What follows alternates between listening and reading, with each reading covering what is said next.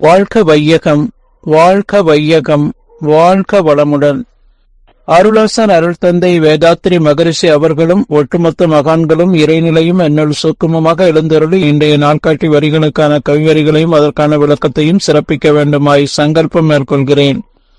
அனைவரையும் பணிவோடு முதற்கண் வணங்கி ஆரம்பிக்கலாம் என்றிருக்கிறேன். அனைவருக்கும் இனிய காலை வணக்கம். வாழ்க வளமுடன். சாமிஜியினுடைய இன்றைய நாட்காட்டி வரிகள். மனதின் உயர்வு எதுவோ அதுவே மனிதனின் உயர்வு என்று சாமிஜி இந்த நாட்காட்டி வரிகள் கொடுத்திருக்காங்க. இதற்கான கவிதை வரிகள். மனம் புலன் உணர்வினில் மயங்கிட மாயையாம், மனம் உயர் வெளியினில் மறிவு தோய்ந்திட, மனம் உயர்ந்த அறிவனும் ஆபதம் எய்திடும், மனம் அறிவாகிய மனிதனும் தெய்வமே. மனம் மாயை என்பார்கள் மனநிலை மாற்றத்தை, மனம் ஆய்வதே இல்லை மனம் மெய்ப்பொருளாகி, மனம் அறிவாகி மறுபிறப் பெய்திடும், மனம் அறிவாகிய மனிதனும் தெய்வமே என்று சாமிஜி இந்த கவிதை வரிகள் கொடுத்திருக்காங்க. நாட்காட்டி வரிகள் என்ன சொல்லுது? மனதின் உயர்வு எதுவோ அதுவே மனிதனின் உயர்வு. மனிதன் தன்னுடைய மன எண்ணங்களை 5 விதமான கோஷ நிலைகள்ல வைத்து நாம வாழ முடியும். அன்னமய கோஷ நிலை, மனோமய கோஷ நிலை, பிராணமய கோஷ நிலை, விஞ்ஞானமய கோஷ நிலை, ஆனந்தமய கோஷ நிலை. அந்த ஆனந்தமய கோஷ நிலை என்பது நம்முடைய மனம் அந்த இறைநிலையோடு இரண்டர கலந்து கரைந்து உறைந்து நின்று அந்த நிலையிலேயே இறையொத்த தன்மையான அன்பும் கருணையுமாக மாறி நின்று வாழக்கூடிய அந்த ஆனந்தமய கோஷ நிலை. அதே விஞ்ஞானமய கோஷ நிலை என்பது இந்த பேரியக்க மண்டல அளவுல நம்முடைய மனதை நிறுத்தி அந்த நிலையிலேயே வாழ்ந்து கொண்டிருந்தாங்க. அவங்க எல்லாமே இந்த கண்டுபிடிப்புகள் எல்லாம் கண்டுபிடிச்சாங்க.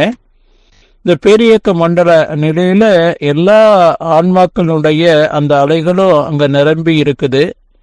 அதுதான் விஞ்ஞானமய கோஷ நிலை. அதே போல அன்னமய கோஷ நிலை, மனோமய கோஷ நிலை என்பது நம்ம உடலையே நான் என்று எல்லை கட்டி கொண்டு வாழக்கூடிய ஒரு நிலை, கீழ்நிலை. அப்போ அந்த பிராணமய கோஷ நிலை என்பது தியான வாழ்க்கையாக அக்னை துரியத்துல நாம வாழும்போது, இறைநிலை இணைப்போடு வாழும்போது, இந்த விஞ்ஞானமய கோஷ ஆனந்தமய கோஷ நிலைகள்ல நம் மனம் உயர்ந்து அந்த தியானம் மௌனம் தற்சோதனை என்ற அளவில் நம்ம வாழும்போது ஒவ்வொரு மைக்ரோ செகண்டும் அந்த இறைவனுடைய தன்மைகள் நமக்குள்ள குடிகளும் ஒட்டுமொத்த பாசிட்டிவான மகான்களுடைய அந்த அலைகள் அனைத்தும் நாம இந்த உயர்வான அந்த ஒரு நிலையில வாழும்போது அனைத்து மகான்களும் நமக்குள்ள சூக்குமமாக இணைந்திருப்பாங்க. நம்ம செய்யக்கூடிய ஒவ்வொரு செயலும் அந்த இறைவனுடைய அந்த அன்பும் கருணையுமாக ஒவ்வொரு செயலும் ஒவ்வொரு எண்ணமும் சொல்லும் அனைத்துமே இறையத்து தன்மையாக மாறி நிற்கும். இதுதான் மகான்களுடைய நிலை. மகான்களின் அறிவு நிலை உயர்வை மற்றொரு அறிந்து கொள்ள முயற்சித்தால் அதுவும் ஆகா என்று சாமிஜி சொல்லுவாங்க. இந்த கீழ்நிலை அன்னமய கோஷ மனமய கோஷ நிலையில நமக்கு என்ன துன்பங்கள் ஏற்படுதுங்கிறத கொஞ்சம் விரிவா பார்த்துருவாங்க. உயர்வு நிலையை நாம பின்னாடி பார்ப்போம். நாம உடலையே நான் என்ற எல்லை கட்டி கொண்டு வாழக்கூடிய அந்த நிலையில 6 குணம் என்று சொல்லக்கூடிய காம குரோத லோபம் மகம் ஆச்சரியம் என்று சொல்லக்கூடிய அந்த 6 வந்துடும். அந்த 6 வந்தா இன்னொரு 4 வந்துடும். தம்பம் தப்பம் சூசை அசூசை என்ற இந்த 10 வந்துடும். அதை தூய தமிழ்ல சொல்லுவாங்க, பேராசை சினம் கடும்பற்று முறையற்ற பால் கவர்ச்சி உயர்வுதாள் மனப்பான்மை வஞ்சம் அச்சம் அவமானம் அதிகார போதை தற்பெருமை இந்த 10 வந்துடும். இது வந்ததுன்னா 5 பெரும் பழிச்செயலான பொய் கொடை களவு சூது பாலொழுக்கு தவறு என்ற 5 பெரும் பழிச்செயல்கள்ல நம்ம மனதை ஈடுபடுவோம். அப்போ நமக்குள்ள இந்த ஆணவ தன்மைகள் 8 சொல்லுவாங்க. தன்முனைப்பு, தான் தனது அதிகாரப்பற்று பொருள் பற்று வந்துடும். 6 குணம், அது பேராசை சினம் கடும்பற்று முறையற்ற பால் கவர்ச்சி உயர்வுதாள் மனப்பான்மை வஞ்சம் தன்முனைப்பு 6 குணம் பஞ்சமா பாவம் பொய் கொலை களவு சூது பாலொழுக்க தவறு என்ற 5 பெரும் பழிச்செயல்கள். இந்த ஆணவத்தன்மை 8ங்கிறது தான். தன்முனைப்பு 6 குணம் பஞ்சமா பாவம் தயவின்றி பிறருடைய சுதந்திரம் பறித்தல் வன்முறைகள் ஏழ்மை பிறர் பொருள் கவர்தல் வாழ்க்கையில பெண்ணத்தை வருந்தவுடன் என்ற கர்ம வினைகள் நமக்குள்ள எழும்.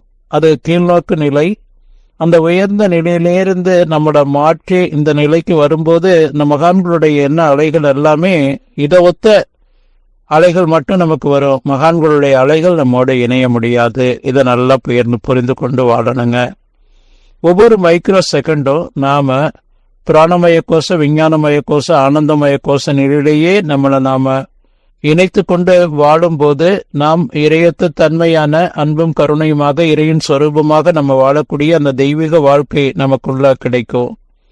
அந்த தெய்வீக வாழ்க்கையை ஒவ்வொரு மைக்ரோ செகண்டும் வாழ பழகி கொண்டா நம் வாழ்க்கையே சொர்க்கமாக இருக்கும் என்று சொல்லி வரிகள் என்ன சொல்றது? மனதின் உயர்வு எதுவோ அதுவே மனிதனின் உயர்வு. நாம நம்முடைய மனதை, நம்முடைய எண்ணத்தை, நம்ம உணர்வுகளை எல்லாம் இறையத்து தன்மைக்கு மாற்றி அந்த ஆனந்தமய கோஷ நிலையிலே இருந்தா நாம விஞ்ஞானமய பிராணமய கோஷ நிலைகள்ல நாம கொஞ்சம் கூட நீங்காம அந்த நிலையிலே இணைப்பை ஏற்படுத்தி கொண்டு இருப்போம். கீழ்நிலை என்ற அந்த எண்ணத்திற்கே வேலை இல்லாம போயிடும். அப்ப கீழ்நோக்கு எண்ணங்கள் வந்தா மட்டும்தான் இந்த ஆணவ தன்மைகள் நமக்குள்ள ஏற்படும். அதை நீக்கி வாழ்றதுதான் மனித பிறப்பினுடைய நோக்கு என்று சொல்லி இந்த சிறந்த வழிமுறைகளை நாம தவம், மௌனம், அதே போல தற்சோதனை, குணநலம், முழுமை என்ற நிலையில அறிவின் உயர்வு படிகள்ல நாம உயர்ந்து வாழணுங்க. நன்றியோடு நிறைவு செய்து கொள்றேன் இன்றைய சிந்தனையை. வாழ்க வளமுடன், வாழ்க வளமுடன், வாழ்க வளமுடன்.